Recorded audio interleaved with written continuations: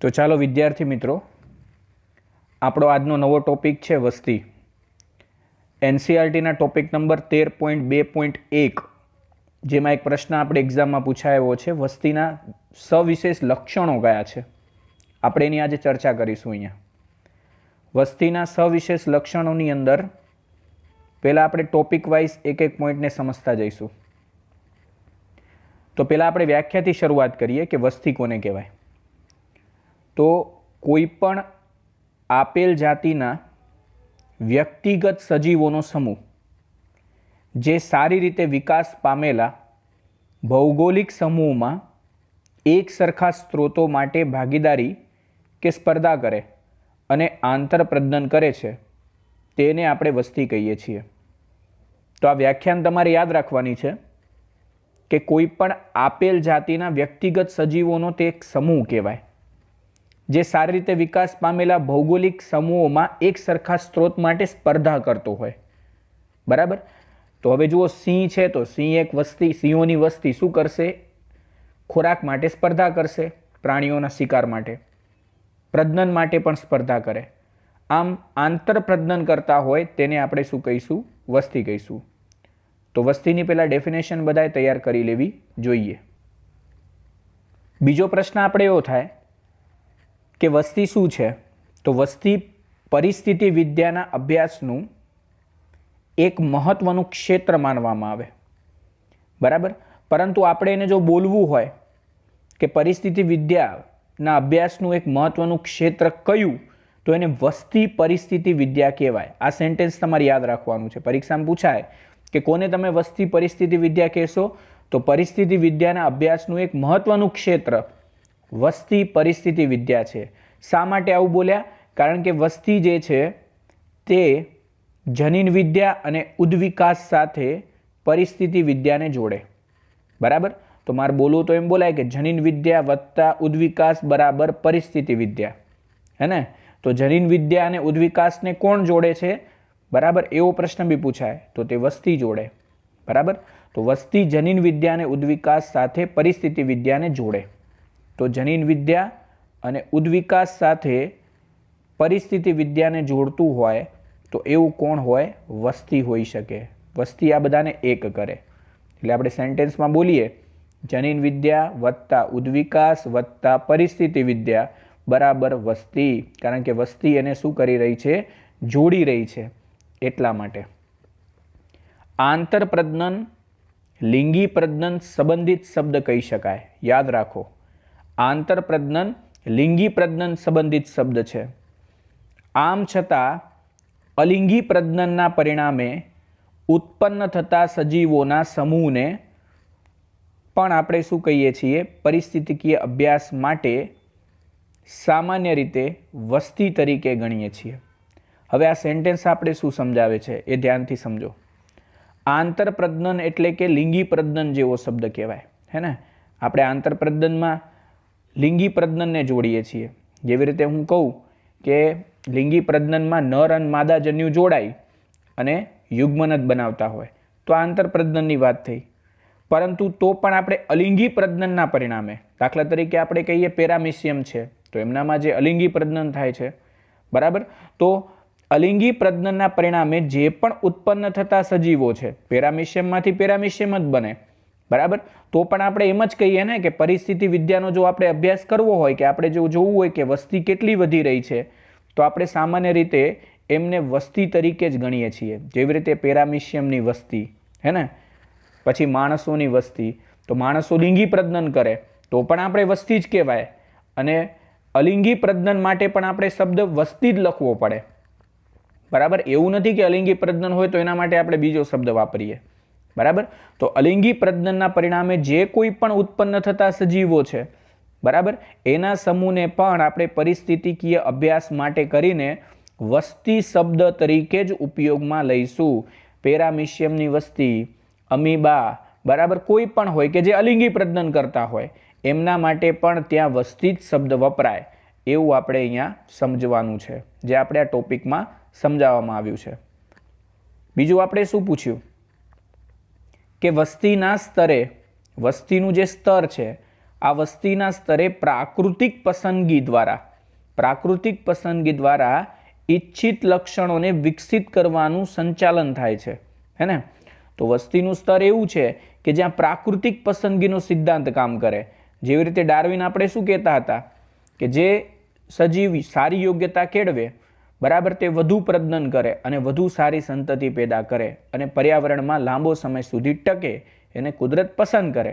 તો અહીંયા એ જ વસ્તુ છે કે વસ્તીના સ્તરે પ્રાકૃતિક પસંદગી દ્વારા ઈચ્છિત લક્ષણો એના વિકસિત કરવાનું સંચાલન થતું હોય. જે ઈચ્છે એવા લક્ષણો તે આગળ સંચાલિત કરી શકે. મતલબ કે વસ્તીમાં સજીવો જે છે સારી રીતે જો પ્રજનન કરે તો અહીંયા આગળ સારા લક્ષણો કેળવવાના છે. હવે આપણે એવો પ્રશ્ન પૂછ્યો કે વસ્તીના ઉદાહરણો કયા છે. આ ટોપિક વસ્તી પર જ છે, તો વસ્તીના ઉદાહરણો આપણે સમજવાના છે. કોને અને કયા ઉદાહરણો આપણે લઈ શકીએ? વસ્તીના ઉદાહરણો સમજાવો, એવો આપણે હવે પ્રશ્ન પૂછે તો આપણે જવાબ લખવો. તો જો વસ્તીના ઉદાહરણો કયા કયા?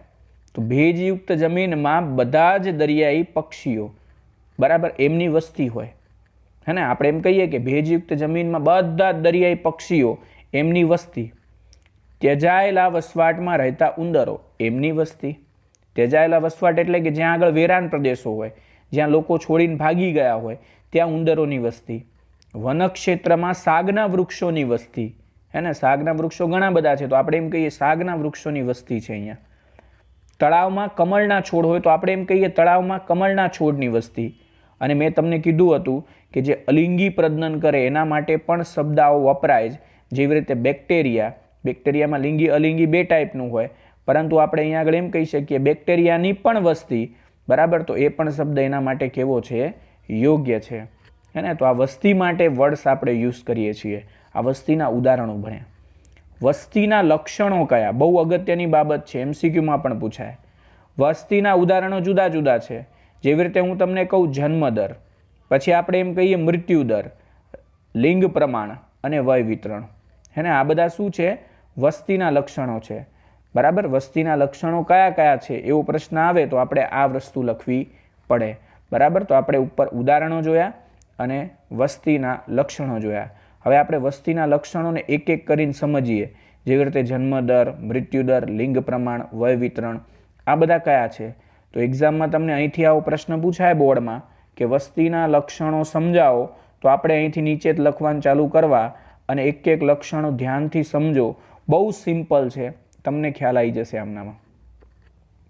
ચલો, વસ્તીના લક્ષણો મહત્વપૂર્ણ એમની જે વિશેષતાઓ છે, બરાબર, એ આ છે. એક તો જન્મદર, બીજું મૃત્યુદર, લિંગ પ્રમાણ અને વય વિતરણ. આ ચારની વાત મેં તમને પહેલાં બી કરી કે આ વસ્તીના લક્ષણો કહેવાય, મહત્વપૂર્ણ વિશેષતાઓ કહેવાય. એમાં આપણે પહેલાં જન્મદર અને મૃત્યુદરની વાત કરીશું, પછી આપણે લિંગ પ્રમાણ પર જઈશું અને વય વિતરણ પર જઈશું. હવે જન્મદર અને મૃત્યુદર છે શું? બરાબર, તો એની વ્યાખ્યા આપણે જોઈએ. તો વસ્તીમાં પ્રતિ વ્યક્તિ જન્મદર અને મૃત્યુદરનો ઉલ્લેખ કરવામાં આવે છે.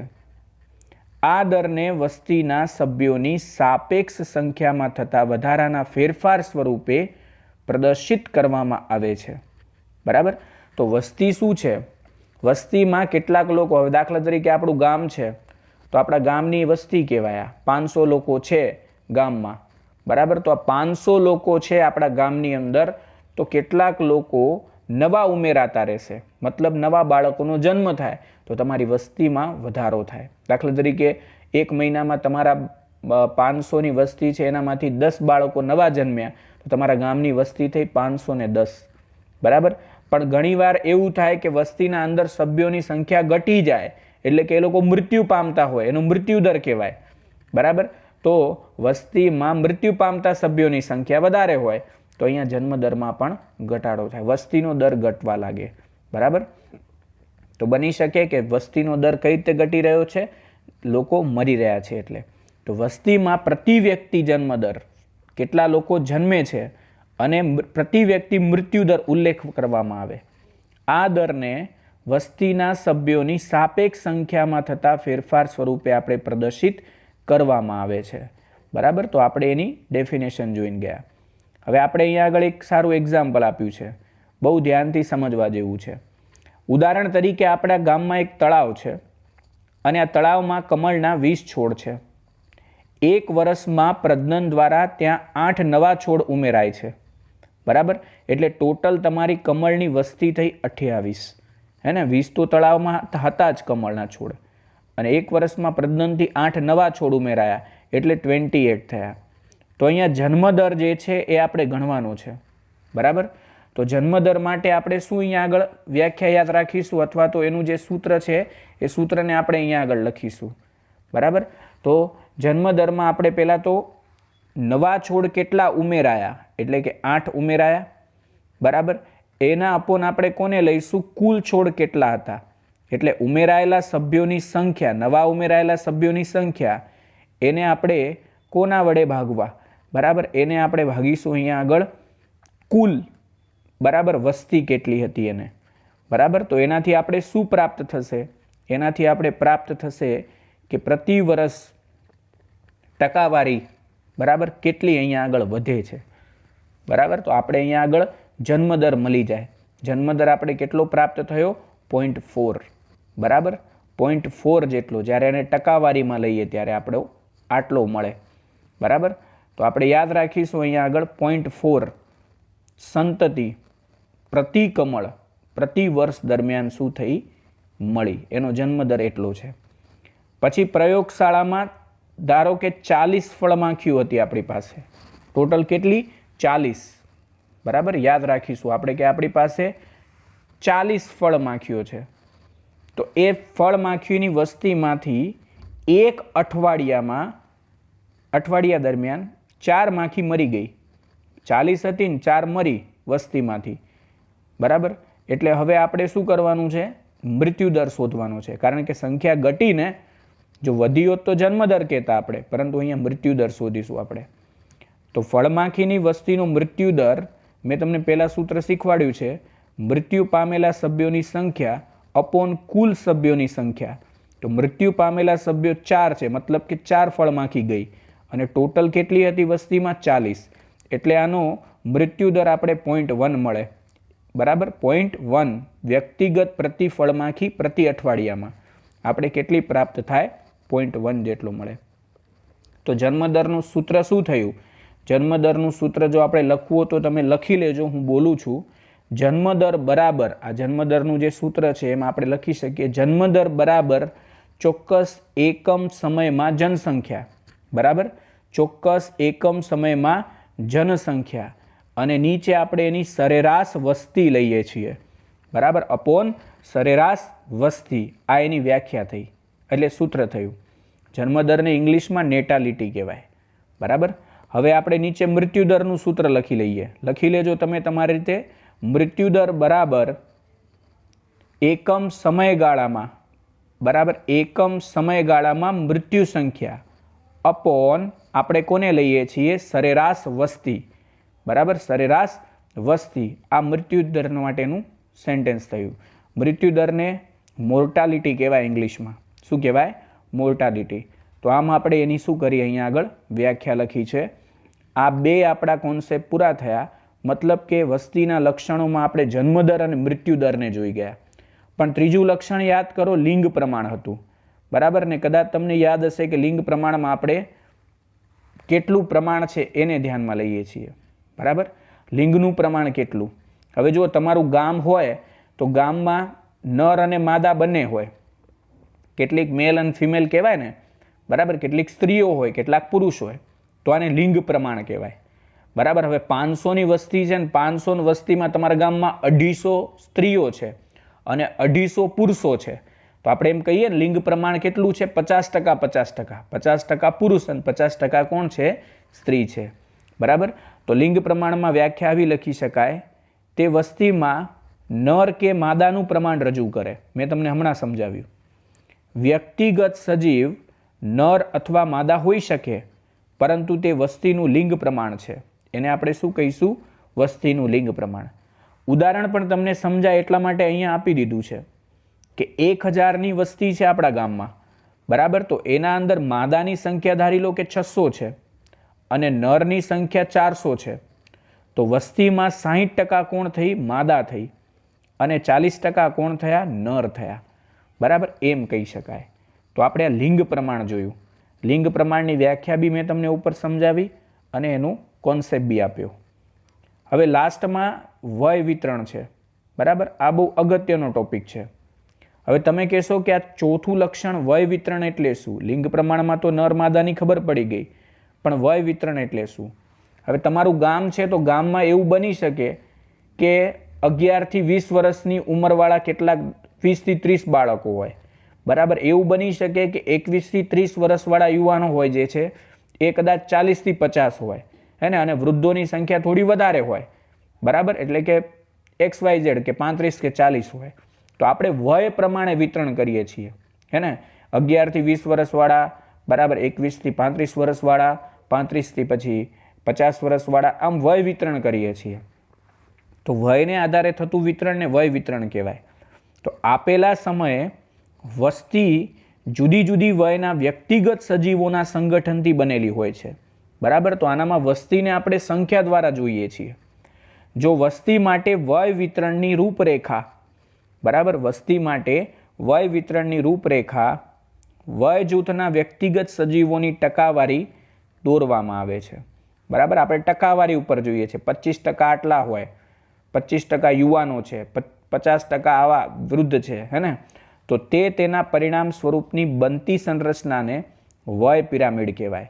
વય પિરામિડ હવે તમે કહેશો કે સાહેબ કોને કહેવાય? દાખલા તરીકે હું તમને એક નાનો પિરામિડ દોરીને બતાવું છું.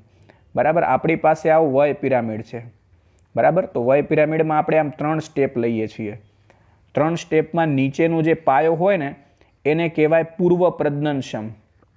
બરાબર, અહીંયા હું લખું છું આને પૂર્વ પ્રજનનક્ષમવાળા કહીશું. બરાબર, પૂર્વ પ્રજનનક્ષમ. પછી એના ઉપરની બાજુ સહેજ ઉપર પ્રજનનક્ષમને લઈશું આપણે. કોને લઈશું? પ્રજનનક્ષમ, જે પ્રજનન કરી શકે એવા હોય. અને છેલ્લે સૌથી ઉપરના ભાગે, બરાબર, પશ્વ પ્રજનનક્ષમ. બરાબર, પશ્વ પ્રજનનક્ષમ. બરાબર, એમ આપણે અહીંયા આગળ લઈએ છીએ. તો આને કારણે આપણે અહીંયા પિરામિડ બનાવ્યો. આ એક પ્રકારનો શું બન્યો? પિરામિડ બન્યો. નીચે પૂર્વ પ્રજનનક્ષમ, વચ્ચે પ્રજનનક્ષમ અને ઉપર પશ્વ પ્રજનનક્ષમ. આના આધારે આપણે 3 પ્રકારની વસ્તી જોવાની છે. એક વિસ્તારિત વસ્તી, એક સ્થાયી વસ્તી અને એક ઘટતી જતી વસ્તી, હે ને. તો આનો ડાયાગ્રામ ચિંતા ના કરો, આપણી બુકની અંદર આપેલો છે અને આપણે એ ડાયાગ્રામ ઉપરથી જ આગળ વધવાનું છે. બરાબર, અને એના હિસાબથી જ આપણે આગળ જઈશું જે આપણે જોવાનો છે.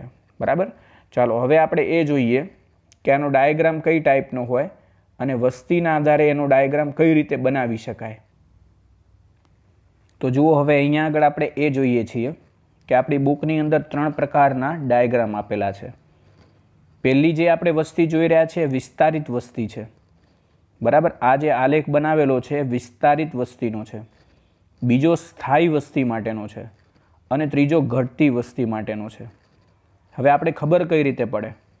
તો આ જનરલી જોવા જાવ તો પહેલી જે વસ્તી છે ત્રિકોણાકાર આકાર ધારણ કરે. પરીક્ષામાં તમને પૂછાય કે ત્રિકોણાકાર વસ્તી શું દર્શાવે? તો વિસ્તારિત વસ્તી એટલે વધતી જતી વસ્તી કહેવાય.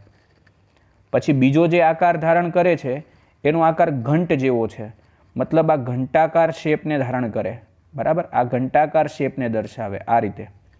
બરાબર, અને ત્રીજી જે વસ્તી છે એ ઘટતી વસ્તી છે, ઘટાડો થઈ રહ્યો છે. એટલે આપણે આ આકાર કેવો છે? ઊંધા ઘડા જેવો આકાર ધારણ થાય. કોના જેવો આકાર ધારણ કર્યા? ઊંધા ઘડા જેવો આકાર ધારણ કરે. જેવી રીતે ઊંધો ગળો મેં રાખ્યો હોય, બરાબર, એવો આકાર અહીંયા ધારણ થાય. તો આપણે 3 પ્રકારની વસ્તી જોઈએ. પહેલી છે ત્રિકોણાકાર, બરાબર, જેમાં ત્રિકોણ જેવો આકાર ધારણ થાય. બીજો જે આકાર છે, બરાબર, એ ઘંટાકાર છે. બરાબર, મતલબ કે ઘંટ જેવો આકાર ધારણ કરે.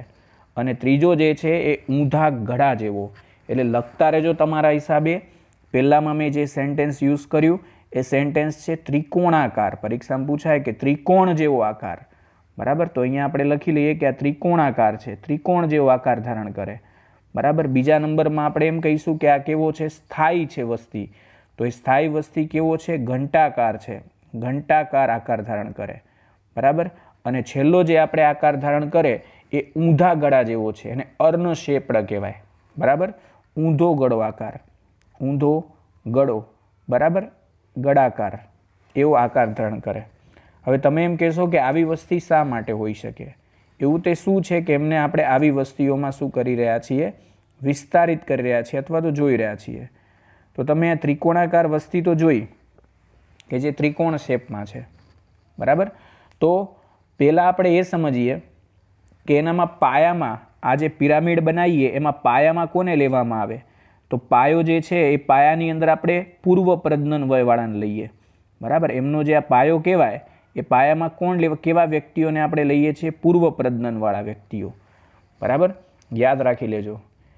પછી આપણે એનાથી ઉપર કોને યાદ કરીએ છીએ? પ્રજનનક્ષમ, જે પ્રજનન કરી શકે. બરાબર, એવા વ્યક્તિઓ. બરાબર, પ્રજનનક્ષમ વ્યક્તિઓ. અને પછી આપણે પશ્વ પ્રજનનક્ષમને લઈએ છીએ. બરાબર, પશ્વ પ્રજનનક્ષમ. તો આવી રીતે આપણે 3 પ્રકાર એક પિરામિડમાં લેતા હોઈએ છીએ. હવે હું તમને એનું સિમ્પલ એક સારું એક્ઝામ્પલ આપી દઉં કે અહીંયા આગળ પૂર્વ પ્રજનનક્ષમ એટલે કેવા વ્યક્તિઓને લેવા જોઈએ? પૂર્વ પ્રજનનક્ષમનો મતલબ થશે કે તે પ્રજનન કરવા માટે, બરાબર, અહીંયા આગળ કેવા છે? યોગ્ય છે. બરાબર, એવા વ્યક્તિઓને આપણે અહીંયા આગળ ધ્યાનમાં લઈએ છીએ. બરાબર, એનો મતલબ એવો થયો કે પૂર્વ પ્રજનનક્ષમ જે છે, જે સૌથી નીચે છે, પાયામાં છે, એવા વ્યક્તિઓ છે. બરાબર, કે જે પ્રજનન કરવા માટે એટલા પણ યોગ્ય નથી. જેવી રીતે હું વૃદ્ધોને કહી દઉં તો વૃદ્ધ જે છે પ્રજનન નહીં કરી શકે. પછી આપણે ઉપર કોને લઈએ છીએ? પ્રજનનક્ષમ, જે પ્રજનન કરી શકે એવા. અને સૌથી છેલ્લે આપણે કોને લઈએ છીએ? બરાબર, એવા લોકો કે જે, બરાબર, બાળકો છે, જે પ્રજનન કરી શકે એવા નથી. તો અહીંયા જુઓ, સંખ્યા કોની વધારે છે? પ્રજનનક્ષમવાળા વ્યક્તિઓ વધારે છે. એટલે પ્રજનન કરવાવાળા વ્યક્તિઓની સંખ્યા જો વધારે હોય તો વસ્તીમાં શું થાય? વધારો થાય. બીજાની અંદર સ્થાયી વસ્તી છે. એટલે કે શા માટે સ્થાયી આપણે કહીએ છીએ? તો જુઓ, ધ્યાનથી જોશો તમે તો અહીંયા પૂર્વ પ્રજનનક્ષમ વ્યક્તિઓ એટલે કે વૃદ્ધો, બરાબર, એમની સંખ્યા અને અહીંયા આગળ પ્રજનન કરવાવાળાની સંખ્યા એ કેવી જોવા મળે છે? બરાબર, સરખા જેવી જ છે, થોડી ઘણી જ ફેરફારવાળી છે. અને પશ્વ પ્રજનન વય એટલે કે બાળકોની સંખ્યા પણ કેવી છે? એટલી જ છે. એટલે આવી જે વસ્તી છે એને આપણે સ્થાયી વસ્તી કહેવાય. બરાબર, કે નથી વધારે અહીંયા લોકો જન્મતા કે નથી વધારે અહીંયા મૃત્યુ પામતા. બરાબર, તો પ્રજનનક્ષમને આપણે ધ્યાનમાં લઈશું. પ્રજનન કરવાવાળા વ્યક્તિઓની સંખ્યા જો વધારે હોય તો યાદ રાખો કે અહીંયા આગળ બની શકે કે વસ્તીમાં શું થાય? વધારો થાય છે. અહીંયા ઘટતી વસ્તી છે. બરાબર, વસ્તી ઘટી રહી છે. કેમ? તો અહીંયા જુઓ, પૂર્વ પ્રજનન વય, બરાબર, પૂર્વ પ્રજનનક્ષમ વ્યક્તિઓ જે છે એ પણ કેવા છે? ઘટ્યા છે. બરાબર, અને પ્રજનનક્ષમ વ્યક્તિઓ જે છે એમની વસ્તીમાં શું થઈ રહ્યો છે? વધારો થઈ રહ્યો છે. પરંતુ ઉપર જોવા જઈએ, બરાબર, તો ત્યાં આગળ વસ્તી પાછી શું થઈ રહી છે? ઘટી રહી છે. બરાબર, તો માત્ર પ્રજનન કરવાવાળાની જ સંખ્યા વધારે હોય એનાથી સંખ્યા વધશે નહીં. બરાબર, બધાની વસ્તી આપણે કોમન જોઈશે. અહીંયા આગળ બે બાજુ જોઈએ છીએ તો વૃદ્ધો અને જન્મ લેનારની સંખ્યા કેવી થઈ રહી છે? બરાબર, ઓછી થઈ રહી છે. બરાબર, માત્ર પ્રજનનક્ષમ વ્યક્તિઓની સંખ્યા વધી રહી છે. એટલે વસ્તીમાં શું થયો? ઘટાડો દર્શાવે છે આ. બરાબર, તો વધારે વ્યક્તિઓ કયા હોવા જોઈએ? વધારે વ્યક્તિ જો અહીંયા આગળ હશે પૂર્વ પ્રજનનક્ષમ વ્યક્તિઓ. બરાબર, કે જે વૃદ્ધો છે, પ્રજનનક્ષમ જે છે કે જે પ્રજનન કરવા માટે યોગ્ય છે. અને છેલ્લે આપણે અહીંયા આગળ જોઈએ છીએ પશ્વ પ્રજનનક્ષમ. બરાબર, જેમાં બાળકોનો સમાવેશ થતો હોય છે. બરાબર, તો આ પ્રમાણે આપણે વિસ્તારિત વસ્તીનો આલેખ, બરાબર, એક સ્થાયી વસ્તીનો આલેખ અને પછી ઘટતી વસ્તીનો આલેખ, આમાંથી કોઈ પણ પ્રશ્ન તમને પૂછાઈ શકે છે એક્ઝામમાં. ધ્યાનથી જોઈ લેવું, મોસ્ટ આઈએમપી છે. હવે આપણે એ જોઈએ કે વસ્તીના કદનું માપન કઈ રીતે થાય. પરીક્ષામાં તમને પ્રશ્ન પૂછાય કે વસ્તીના કદનું માપન સમજાવો. આ વસ્તીનો જ એક પેટા પ્રશ્ન છે. તો આપણે વસ્તીના કદનું માપન અહીંયા આગળ આજે સમજી લઈએ. વસ્તીના કદનું માપન સમજવા માટે આપણે કેટલાક બેઝિક પોઈન્ટને પહેલાં જોવા પડશે. એ બેઝિક પોઈન્ટ પર જઈએ. પહેલો કે વસ્તીનું કદ નિવાસ સ્થાનમાં વસ્તીની સ્થિતિને સ્પષ્ટ કરે છે. તો વસ્તીનું કદ શું કરે? નિવાસ સ્થાનની અંદર વસ્તીના ચોક્કસ બરાબર સ્થિતિને સ્પષ્ટ કરતું હોય છે. નિવાસ સ્થાન એટલે કે ગમે ત્યાં વસ્તી રહેતી હોય, તમારું ગામ હોય કે ગમે તે હોય, નિવાસ સ્થાનમાં પરિસ્થિતિકીય પ્રક્રિયાઓની તપાસ, અન્ય જાતિ સાથે સ્પર્ધા, પરભક્ષીઓનો પ્રભાવ, જંતુનાશક વપરાશની અસર પૈકી કોઈ પણ મૂલ્યાંકન વસ્તીના કદમાં થતા ફેરફાર સંદર્ભે કરવામાં આવે છે. હવે તમે એમ કરશો કે કોઈ પણ વસ્તી છે આપણા ઘરની આજુબાજુ, બરાબર, હું કહું કીટકોની વસ્તી, બરાબર, તો પરિસ્થિતિકીય પ્રક્રિયાઓની તપાસ, તો પહેલાં આપણે એ જોવું પડે કે પરિસ્થિતિએ પ્રક્રિયાઓ કેવી છે.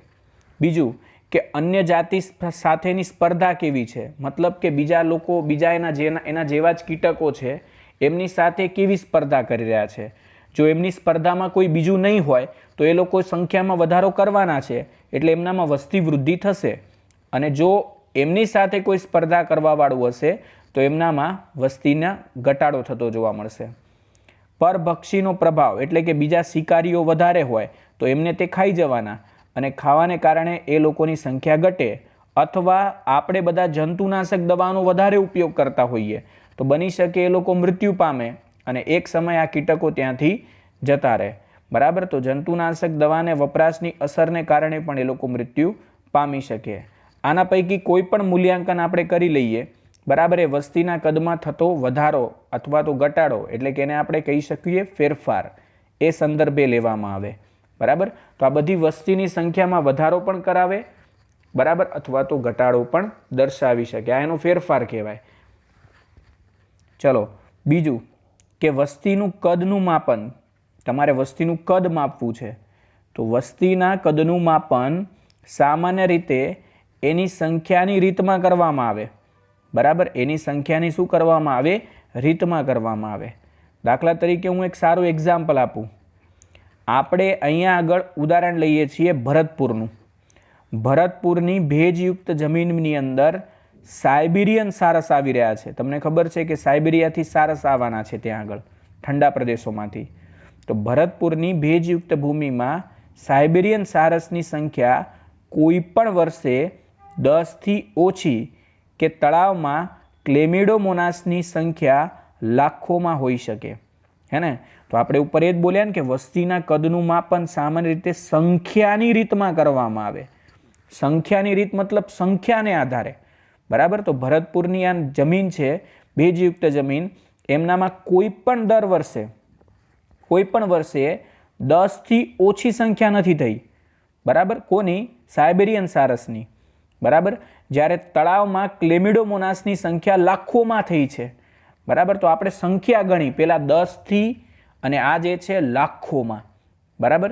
તો આપણે એને આધારે શું કરીએ છીએ? વસ્તીનું કદ ગણીએ છીએ કે જુઓ સાયબેરિયન સારસની વસ્તી 10 છે, બરાબર, કે ક્લેમિડોમોનાસની સંખ્યા કેવી છે? લાખોમાં છે. આ રીતે આપણે એને શું કરવાના? મેઝર કરી લેવાના, ગણી લેવાના છીએ. બીજું કે વસ્તીનું કદ તકનીકી રીતે, યાદ રાખજો, કદ તકનીકી રીતે વસ્તી ગીચતા તરીકે ઓળખાય, હે ને. એને આપણે વસ્તી ગીચતા કહીએ. જુઓ કે અહીંયા આગળ આપણા ગામમાં જગ્યા ઓછી છે, બરાબર. 100 વ્યક્તિ એક જ ગામની અંદર 100 વ્યક્તિઓ રહી શકે એટલી જગ્યા છે ને, એના અંદર બીજા 10 થી 15 ઉમેરાય તો અહીંયા વસ્તી ગીચતા વધી, બરાબર. અહીંયા વસ્તી ગીચતા વધી. અને જો ત્યાં આગળથી 10 થી 12 ઓછા થઈ જાય તો આપણે એમ કહીએ વસ્તી ગીચતામાં ઘટાડો થયો, બરાબર. તો વસ્તીનું કદ તકનીકી રીતે જો આપણે કેવું હોય, તકનીકી રીતે કોનામાં ઓળખાય? વસ્તી ગીચતામાં ઓળખાય, હે ને. વસ્તી ગીચતાનું સૌથી વધુ યોગ્ય અને ઉચિત માપ સામાન્ય રીતે વસ્તીના સભ્યોની કુલ સંખ્યા જ છે, હે ને. વસ્તીના કુલ સભ્યો છે એની સંખ્યાને આપણે શું કહીએ છીએ? ઉચિત માપ, વધુ યોગ્ય અને ઉચિત માપ ગણીએ. પરંતુ કેટલાક ઉદાહરણો એના માટે ખોટા પડે છે, અર્થહીન છે, અર્થ વગરના છે.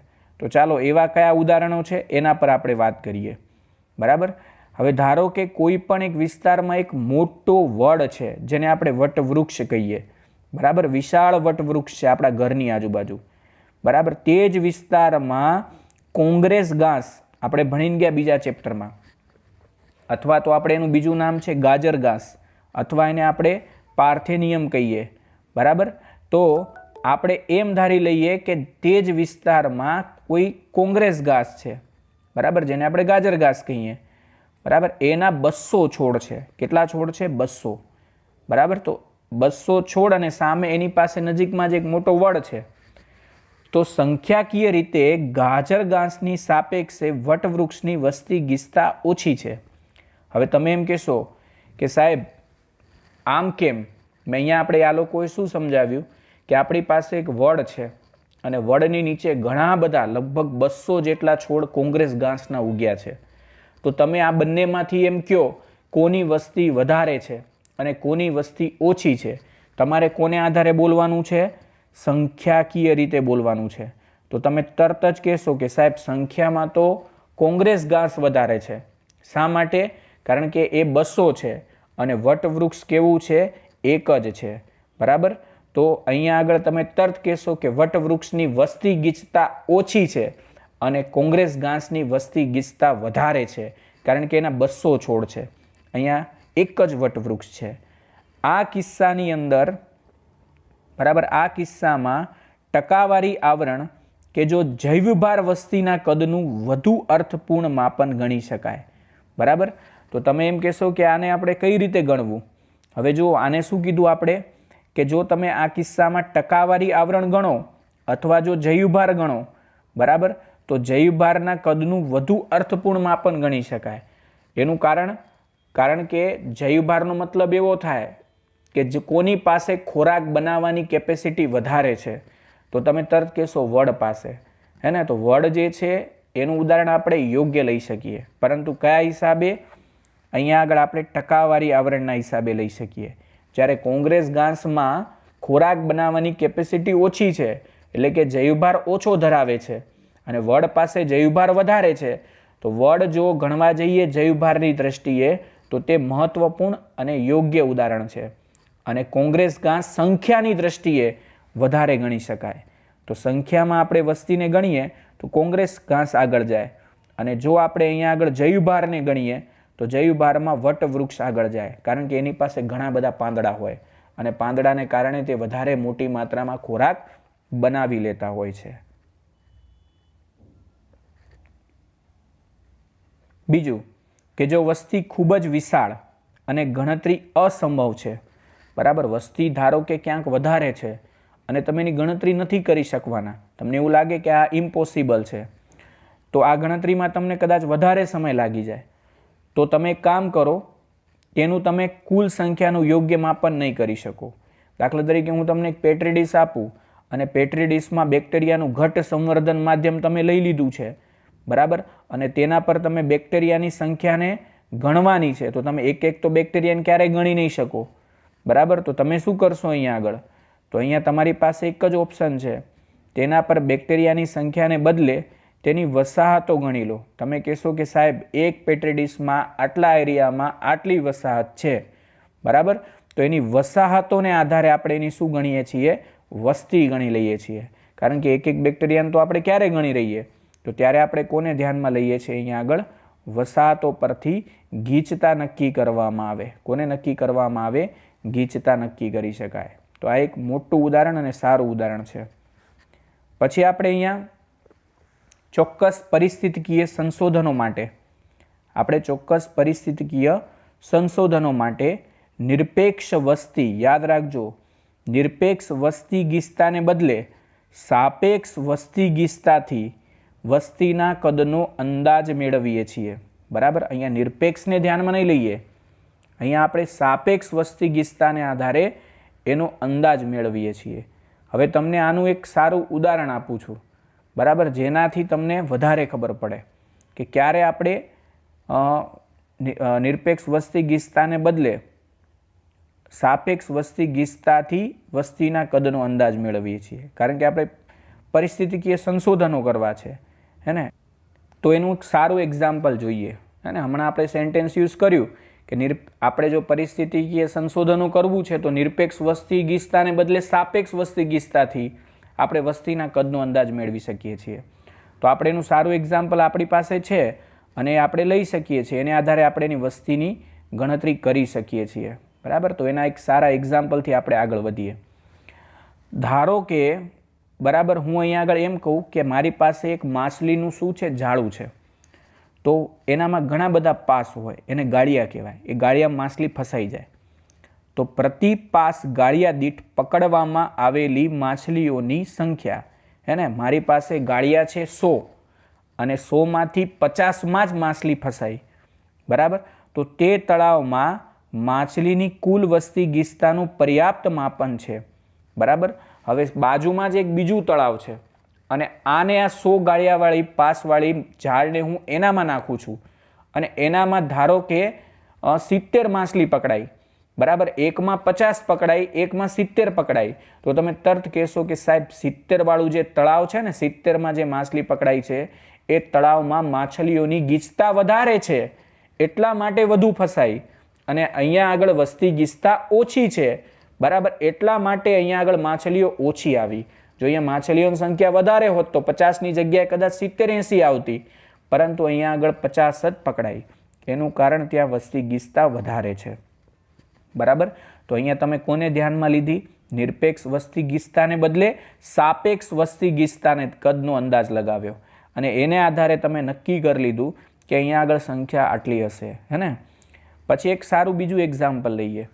કેટલીક વખત તમે ગણતરી, વાસ્તવિક રીતે ગણતરી કર્યા વગર જ, તમે કોઈ પણ સંખ્યાને ગણતા નથી, એ ગણતરી કર્યા વખત જ તેને જોયા વગર પરોક્ષ રીતે વસ્તીના કદનો અંદાજ લગાડી દો છો, બરાબર. આપણે ઘણીવાર એવું કરીએ કે વસ્તીના કદનો, હવે એક મોટું વિશાળ મેદની છે, બરાબર, ત્યાં કુંભ મેળામાં આટલા લોકો ભેગા થયા છે, કુંભ મેળો છે મોટો, તો આપણે એમ કહીએ ને હશે 150, બરાબર, અહીંયા આગળ વસ્તી હશે 1 લાખ 1.5 લાખ જેવી, બરાબર, કાં તો 2 લાખ જેવી હોય, તો આ તમે અંદાજ લગાવ્યો, બરાબર.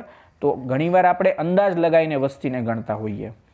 આપણા રાષ્ટ્રીય ઉદ્યાનો, બરાબર, અને વાઘ આરક્ષિત ક્ષેત્રોમાં, જ્યાં આગળ વાઘને આપણે રક્ષણ આપીએ છીએ, આવા ક્ષેત્રોમાં વાઘની વસ્તી ગણતરી જો કરવી હોય તો આપણે શું કરતા હોઈએ, ત્યાંના જે સંશોધકો હોય ને, નજીકમાં જે લોકો ફોરેસ્ટ ગાર્ડ કહેવાય, એ ફોરેસ્ટ ગાર્ડ શું કરતા હોય, પગલાંને ગણી લેતા હોય કે ભાઈ આટલા પગલાં આપણે મળ્યા છે, આટલી નિશાનીઓ એમની મળી છે, કાં તો એની મળ ગુટ્ટિકાઓને ધ્યાનમાં લેવામાં આવે. મળ ગુટ્ટિકાનો મતલબ જ્યાં તેને મળ કર્યું હોય, એ મળ ગુટ્ટિકાઓ જ્યાં જ્યાં જોવા મળે એને આધારે એ લોકો શું કરતા હોય, અંદાજ લગાવતા હોય કે વાઘની વસ્તી આટલી વધી છે, મળ ગુટ્ટિકા કેવી છે, એને આધારે એ લોકો એનો અંદાજ લગાવી લેતા હોય.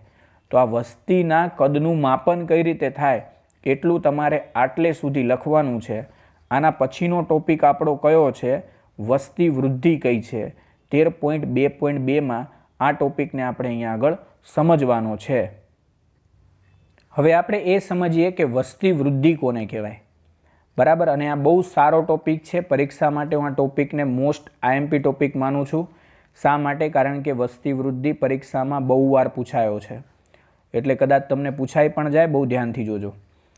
આપેલા સમય દરમિયાન, એક ચોક્કસ સમય છે આપણી પાસે, આ આપેલા નિવાસ સ્થાનોમાં કોઈ પણ એક નિવાસ સ્થાન તમને આપી દીધું, જેવી રીતે તમારું ગામ, એક ચોક્કસ સમય એટલે કયો, 2021, બરાબર, આ ટાઈમ પિરિયડ છે.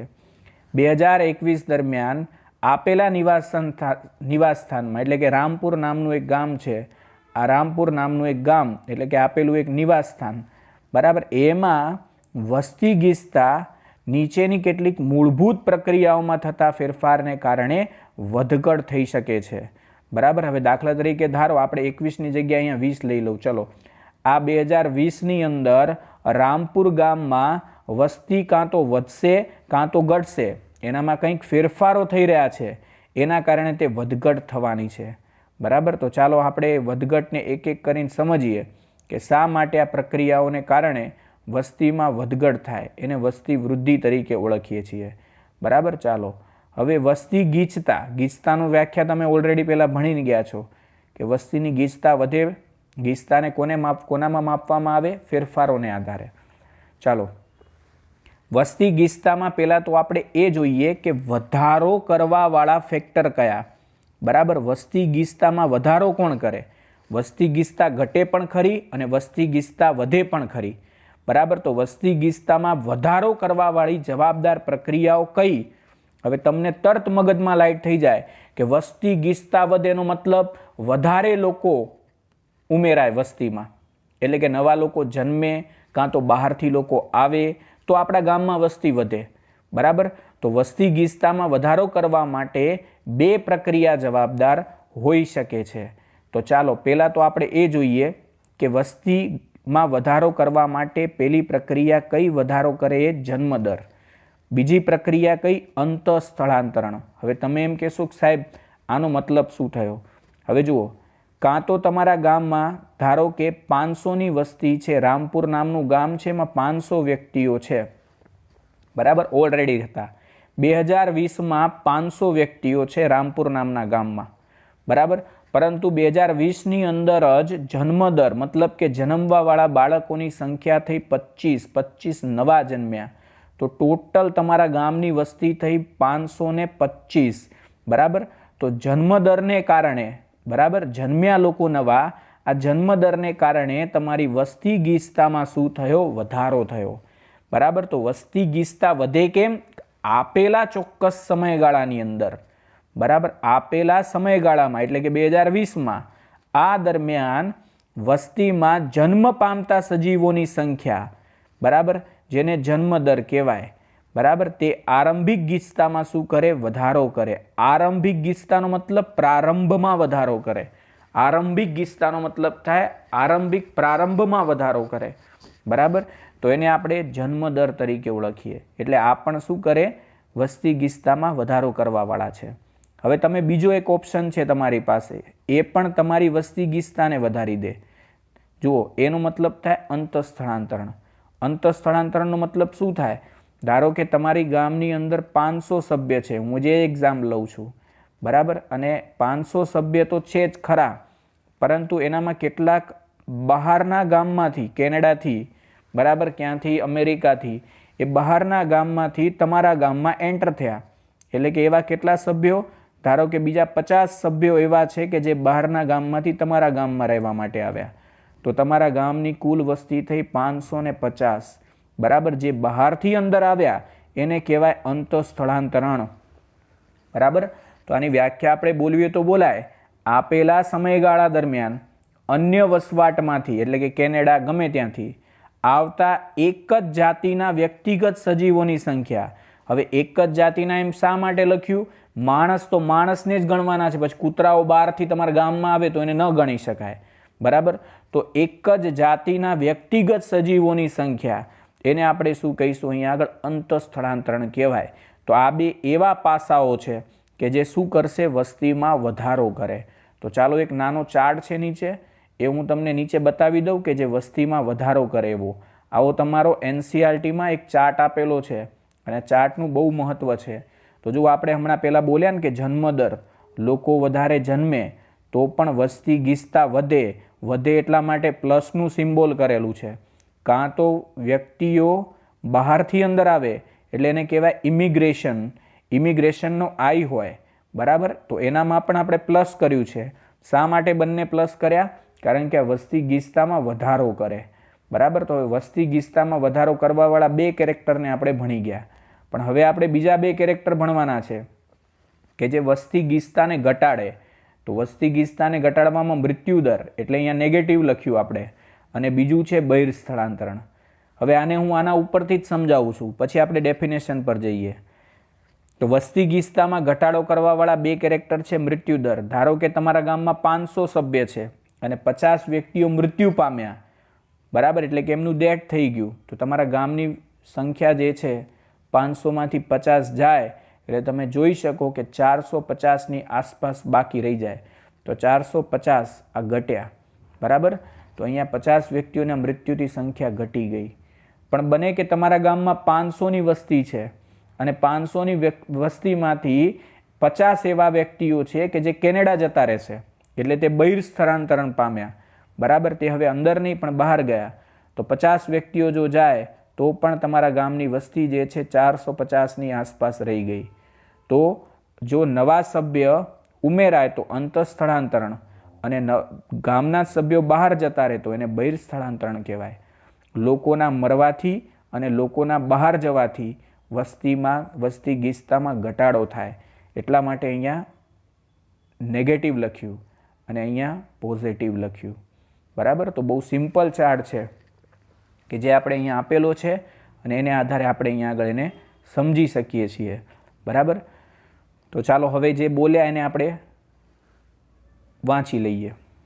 વસ્તી ગીચતામાં ઘટાડો, ઉપર વધારો તો થઈ ગયો, પણ હવે ઘટાડો કરવા માટે જવાબદાર પ્રક્રિયાઓ કઈ છે એના વિશે આપણે વાત કરીએ. તો વસ્તી ગીચતામાં ઘટાડો કરનાર પ્રક્રિયામાં પહેલી છે મૃત્યુ દર. બરાબર, જેને કહેવાય મોર્ટાલિટી. બરાબર, તો આપેલા સમયગાળા દરમિયાન, ધારો કે 2020નો સમયગાળો છે. બરાબર, આપેલા સમયગાળા દરમિયાન વસ્તીમાં મૃત્યુ પામતા સજીવોની સંખ્યા, હે ને, 2020માં 500માંથી 50 મૃત્યુ પામ્યા, તો એનામાં મૃત્યુદર કેટલો થયો? 50નો. બરાબર, બહિર સ્થળાંતરણ એટલે શું? બહિર સ્થળાંતરણને આપણે એમ કહીશું કે આપેલા સમયગાળા દરમિયાન અન્ય વસવાટમાં જતા રહેવાવાળા લોકો, એટલે ઇન્ડિયાથી કેનેડા જતા રહ્યા, એટલે ગામની વસ્તી 500 હતી, એનામાંથી 100 લોકો કેનેડા ગયા, તો 100 લોકો ઘટ્યા એટલે 400 રહી. બરાબર, તો બહાર જવાવાળા સભ્યોની સંખ્યાને કારણે પણ એક જ જાતિના વ્યક્તિગત સજીવોની તેને સંખ્યા ગણી શકાય, અથવા તો તે વસ્તી ગીચતાને શું કરવાવાળા છે? ઘટાડવાવાળા છે. તો આમ વસ્તી ગીચતા અહીંયા આગળ શું થવાની? ઘટી જવાની છે. એટલે વસ્તી ગીચતામાં શું થાય? ઘટાડો થાય. એટલે આ ચાર્ટને આપણે આ રીતે સમજીએ છીએ કે લોકો નવા ઉમેરાય તો વસ્તી વધે, લોકો જો દૂર થાય તો વસ્તી ઘટી જાય છે. બરાબર, તો આવી રીતે આપણે વસ્તી ગીચતાને માપી શકીએ. હવે એક્ઝામમાં આપણે પ્રશ્ન પૂછાતો હોય, બરાબર, કે વસ્તી ગીચતાને ગણવા માટેનું સૂત્ર કયું છે? તો આપણે અહીંયા આગળ જો સૂત્ર ગણવું હોય તો આપણે પહેલાં આ ધ્યાનથી સમજીશું. જો ટી સમયે, બરાબર, એક ચોક્કસ સમય છે 2020, ટી સમયે વસ્તી ગીચતા n હોય, બરાબર, વસ્તી ગીચતા કેટલી છે? n છે. તો તે પછી t+1 સમયે વસ્તી ગીચતા કઈ રીતે માપી શકાય? હે ને, એક સમયે વસ્તી ગીચતા n હતી, તો એના પછી t+1 સમયે વસ્તી ગીચતા કેટલી હોય એને માપવા માટેનું સૂત્ર આ છે. એને આપણે આ રીતે મેઝર કરી શકીએ. બરાબર, n(t+1) is equal two nt plus under bracket b+i minus d+e. આ રીતે આપણે એનું સૂત્ર લખી શકીએ. બરાબર, તો આપણે એને બોલવું તો આ રીતે બોલી શકાય ને આ સૂત્ર તમારે યાદ રાખવાનું છે. બરાબર, આ સૂત્ર કોના માટેનું છે? વસ્તી ગીચતા માપવા માટેનું. બરાબર, તો અહીંયા જુઓ b+i ભેગા લખ્યા. b નો મતલબ બર્થ અને i નો મતલબ ઇમિગ્રેશન, અંત સ્થળાંતરણ, એટલે આ બંનેને સાથે લેવામાં આવે. અને d+e આ બંને એવા છે કે જે વસ્તીને ઘટાડવાવાળા હતા. મેં તમને આગળ ચાર્ટમાં સમજાવ્યું, ડેથ એન્ડ ઇમાઇગ્રેશન, હે ને, તો આ બંનેને આપણે સાથે લઈએ છીએ. તો હવે જુઓ આમાં બી શું દર્શાવે? તમને આગળ મેં ભણાવ્યું, જન્મ પામતા સભ્યોની સંખ્યા, સજીવો જે છે એની સંખ્યા, એને આપણે બર્થ કહીએ. આઈનો મતલબ ઇમિગ્રેશન, અંત સ્થળાંતરણ, એટલે કે જે લોકો નવા આવી રહ્યા છે તો એ પણ વસ્તી ગીચતા વધારશે. આ બંનેને પછી ડી આપણે ધ્યાનમાં લઈએ. ડીનો મતલબ શું થાય? ડીનો મતલબ મૃત્યુ પામતા સજીવોની સંખ્યા, મરવાવાળા લોકોની સંખ્યા છે આ. અને ઈનો મતલબ જે તમારા ગામમાંથી બહાર ગામમાં ગયા હોય, એટલે બહિર સ્થળાંતર સજીવોની સંખ્યા, એટલે કે એને આપણે ઈ તરીકે લઈએ, ઇમાઇગ્રેશન, હે ને. પેલું ઇમિગ્રેશન અને ઇમાઇગ્રેશન એવા બે વર્ડ્સ આપણે લખીએ છીએ. તો આ રીતે આ સૂત્રને આપણે યુઝ કરી અને ચોક્કસ સમયે વસ્તી માપી શકીએ.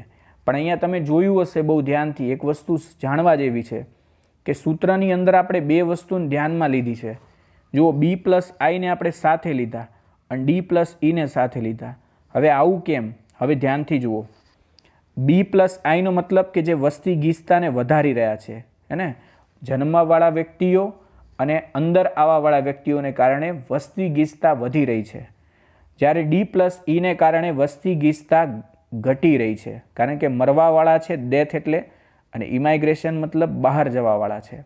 બરાબર, તો અહીંયા જુઓ, હું તમને પરીક્ષામાં એવો ક્વેશ્ચન આવી જાય તમને કે b+i અને d+eમાં d+e કરતાં b+i વાળા વ્યક્તિઓ વધારે છે, એટલે ગ્રેટર ધેન લખ્યું અહીંયા. બરાબર, અહીંયા ગ્રેટર દેન લખ્યું, બરાબર. તો બી પ્લસ આઈ ગ્રેટર દેન ડી પ્લસ ઈ, તો તમે તરત એમ કહેશો કે આને કારણે શું થશે? આ લોકો જો વધી ગયા તો વસ્તી ગીચતા વધશે, કારણ કે જન્મવાવાળા અને બહારથી અંદર આવવાવાળા વ્યક્તિઓ વધ્યા ડી પ્લસ ઈ કરતાં, મરવાવાળા અને બહાર જવાવાળા કરતાં, તો અહીંયા વસ્તી ગીચતા વધશે. અને નીચે તમને એનું ઉલટું કરી દઉં કે બી પ્લસ આઈ લેસ દેન ડી પ્લસ ઈ હોય તો વસ્તી ગીચતામાં શું થાય? ઘટાડો થાય. એને કારણે વસ્તી ગીચતા શું થઈ જવાની? ઘટી જવાની છે, એમ પણ આપણે અહીંયા આગળ કહી શકીએ છીએ. તો આ એક સિમ્બોલિક છે, પરીક્ષામાં પૂછાઈ જાય તો આ સેન્ટેન્સને હંમેશા યાદ રાખજો, જે ખૂબ અગત્યનું છે, મોસ્ટ આઈએમપી છે, બરાબર. ચાલો હવે આપણે એક નાનો કોન્સેપ્ટ નીચે સમજી લઈએ, બરાબર, જેનાથી આપણે ખ્યાલ આવી જાય. સામાન્ય પરિસ્થિતિમાં, જ્યારે પરિસ્થિતિ સામાન્ય હોય, બરાબર, એમાં વસ્તી ગીચતાને અસર કરતા સૌથી મહત્વપૂર્ણ પરિબળ કોઈ હોય તો જન્મદર અને મૃત્યુદર છે, હે ને. તો સામાન્ય જો પરિસ્થિતિ હોય એમાં જન્મદર અને મૃત્યુદર કઈ રીતે અસર કરે? તો યાદ રાખો, દાખલા તરીકે જન્મવાવાળા વ્યક્તિઓની સંખ્યા જો બરાબર વધારે હોય અને મૃત્યુદરવાળા વ્યક્તિઓની સંખ્યા ઓછી હોય તો સમજો કે ત્યાં વસ્તી વધશે. એટલે કે જન્મે વધારે છે ને મરે ઓછા તો વસ્તી વધવાની. અને જો જન્મવાવાળાની સંખ્યા 50 હોય દાખલા તરીકે વસ્તી દીઠ, અને મૃત્યુદર કેવો હોય? 50 હોય, બરાબર, તો અહીંયા પણ એ કેવું બની શકે? લેવલમાં જઈ શકે. જો અહીંયા આગળ 150 સભ્ય હોય, મતલબ 150 બાળકો નવા જન્મે છે, બરાબર, અને 50 વ્યક્તિઓ મરી રહ્યા છે, તો સમજો કે 100નો આનામાં શું આવશે? તફાવત મળશે. તો એના કારણે વસ્તીમાં સભ્યોની સંખ્યા કેવી રહે? જળવાઈ રહે, બરાબર, અને પૂરતા સ્ત્રોતો સામે લોકો ટકી રહે. પરંતુ વિશિષ્ટ પરિસ્થિતિઓમાં કેટલીક એવી પરિસ્થિતિઓ છે એનામાં અંતઃસ્થળાંતરણ એટલે બહારથી વસ્તીમાં આવવાવાળા લોકો અને બહિર્સ્થળાંતરણ એટલે કે અંદરથી બહાર જવાવાળા વ્યક્તિઓ મહત્ત્વના પરિબળ છે. ઉદાહરણ તરીકે એનું સારું એક્ઝામ્પલ શું?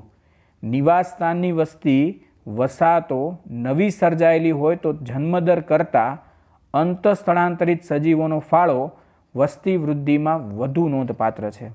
એનો મતલબ શું થયો? કે તમારું કોઈ એક ચોક્કસ નિવાસસ્થાન છે અથવા તો વસાહત છે, નવી વસાહત તમે બનાવી, હે ને, તમે ફ્લેટ ઊભા કર્યા છે, ફ્લેટ એટલે કે નવી વસાહત બની, તો વસાહતો નવી સર્જાયેલી હોય તો ત્યાં આગળ જન્મદર કરતાં, બરાબર, લોકો જન્મે એના કરતાં અંતઃસ્થળાંતરણ એટલે કે બહારથી જે નવા સભ્યો આવી રહ્યા છે એનો ફાળો અહીંયા વસ્તી વૃદ્ધિમાં વધારે હોય, હે ને. જન્મવાળા તો જ્યારે જન્મશે ત્યારે જન્મશે, પણ બહારથી જે લોકો વધારે આવી રહ્યા છે એના કારણે વસ્તીમાં શું થવાનો છે? વધારો થશે. એ વસ્તુ અહીંયા આગળ ફેક્ટ છે, એને આપણે આ રીતે સમજી શકીએ છીએ, બરાબર. તો આટલે સુધી આપણે વસ્તી વિશે વાત કરી ગયા, વસ્તીના મેઇન ફેક્ટર. પણ વસ્તી બે ટાઈપની હોય, ચર ઘાતાંકીય વસ્તી વૃદ્ધિ હોય અને બીજી હોય સંભાવ્ય વસ્તી વૃદ્ધિ, બરાબર. બંનેને આપણે એક એક કરીને સમજીએ. પરીક્ષામાં આ બંને થિયરીઓ મોસ્ટ આઈએમપી છે, એટલે આપણે પહેલાં એને સમજી લઈએ. ચાલો હવે આપણે અહીંયા એ સમજીએ ચર ઘાતાંકીય વસ્તી વૃદ્ધિ વક્ર એટલે શું. મેં તમને હમણાં જ કીધું કે વસ્તી વૃદ્ધિ બે ટાઈપની હોય, એક હોય ચર ઘાતાંકીય અને બીજી હોય સંભાવ્ય. તો પહેલાં આપણે ચર ઘાતાંકીય સમજીએ. ચર ઘાતાંકીય વસ્તી વૃદ્ધિ કોને કહેવાય? જ્યારે આપણે કોઈ નિવાસ સ્થાન હોય, દાખલા તરીકે આપણું ઘર છે, આપણા નિવાસ સ્થાનમાં સંશોધનો એટલે ખાવા પીવાના સ્ત્રોતો અથવા રહેઠાણના સ્ત્રોતો, એટલે આપણે એમ કહીએ ને રોટી, કપડાં, મકાન, બરાબર. તો જ્યારે નિવાસ સ્થાનમાં સંશોધનો કે સ્ત્રોતો અમર્યાદિત હોય, કેવા હોય? અમર્યાદિત. અહીંયા આગળ દીત યાદ રાખજો, અમર્યાદિત હોય, ત્યારે દરેક જાતિ તેની સંખ્યામાં વૃદ્ધિ કરવાની પૂર્ણ મહત્તમ ક્ષમતા દર્શાવે છે, બરાબર. અહીંયા બહુ સમજવા જેવો ટોપિક છે. નિવાસસ્થાનમાં સંશોધનો કે સ્ત્રોતો અમર્યાદિત હોય ત્યારે દરેક જાતિ તેની સંખ્યામાં વૃદ્ધિ કરવાની પૂર્ણ મહત્તમ ક્ષમતા દર્શાવે છે. એમનામાં ક્ષમતા ત્યારે કેવી હોય? વધારે હોય. મહત્તમ ક્ષમતા, વધુમાં વધુ ક્ષમતા દર્શાવી શકે છે, બરાબર, કે અમર્યાદિત છે. હવે તમને આનું સારું એક્ઝામ્પલ સમજાવું. અહીંયા આપણે એમ કીધું છે કે નિવાસ સ્થાન છે એમાં સ્ત્રોતો અમર્યાદિત એટલે ખૂટે નહીં એટલા છે, હે ને. ખાવા પીવાનું પુષ્કળ હોય, રહેવાનું પુષ્કળ છે, જગ્યા ફૂલ છે, બરાબર. તો ત્યાં લોકો વધારેમાં વધારે પ્રજનન કરશે અને મોટી માત્રામાં સંખ્યા પેદા કરશે, એટલે વધારે વૃદ્ધિ થવાની, એટલે વસ્તી વૃદ્ધિ થશે, બરાબર. પરંતુ અહીંયા આગળ એક બીજી વસ્તુ સમજવા જેવી છે. પ્રાકૃતિક પસંદગીના સિદ્ધાંતની તારવણી દરમિયાન ડાર્વિને શું કીધું હતું? આપણે ચેપ્ટર નંબર 7માં આપણે ભણીને ગયા.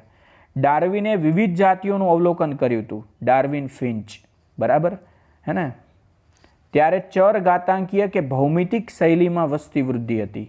એમને જુદી જુદી રીતે જોયું કે ભાઈ કઈ રીતે એમની વસ્તી વધી રહી છે.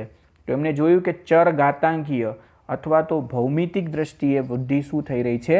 વધી રહી છે. અહીંયા ચર ઘાતાંકીયનો જ મતલબ શું થાય? ભૌમિતિક શૈલી. બે શબ્દ એક જ છે, બરાબર, યાદ રાખજો.